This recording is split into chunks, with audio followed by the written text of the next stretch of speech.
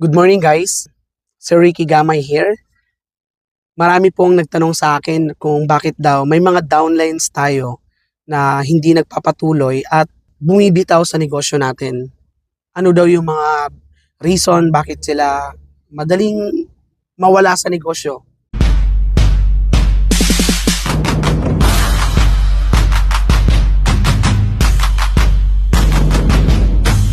Unang-una, ang isa sa mga reason dyan is hindi nila masyadong naisapuso yung negosyo.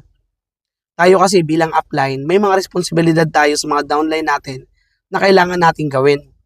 Minsan, tayo din yung nagkukulang kung bakit sila nawawala. Para sa akin po, una po dyan is yung kakulangan natin sa pag-guide sa kanila. Kung ikaw upline na, may mga dealer ka na, responsibilidad po natin na i-guide sila ng maayos. Kagaya po ng kailangan po natin silang dalhin sa mga event, kailangan po natin sila ipahalubilo sa mga co-dealers natin, kailangan nilang ma-adapt yung culture ng negosyo. Yun po yung isa sa mga responsibilidad natin bilang uplines, no? So kailangan po natin gawin yon.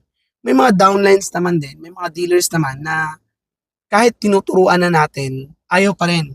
Kasi po, kung iisipin natin ng mabuti, yun po yung mga downlines na hindi pa nagmamatured.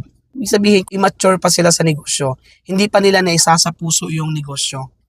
Kung magre-reflect tayo sa leadership natin, ano yung kulang? Bakit hindi sila nag-workout? Maybe, hindi natin naibigay sa kanila yung tamang informasyon sa negosyo. Or hindi natin sila na ipapamingle doon sa mga co-dealers natin. Kaya nagkukulang yung tiwala nila sa negosyo. Kasi akala nila, ang negosyo hindi para sa kanila. So, kulang sila sa exposure. Short. Yun po yung isa sa mga reason bakit hindi nagpapatuloy ang isang dealer sa negosyo natin. No? So, kung ikaw apply na, dealer na, at may mga dealer ka rin na hinahandle, pilitin nyo muna ma-expose sila sa mga kapwa natin dealer. Kasi doon, pag magkaroon sila ng mga kaibigan, unti-unti nilang maa-adapt yung culture at ganda ng negosyo. Unti-unti silang magmamatured sa negosyo. Ganun po siya kaganda.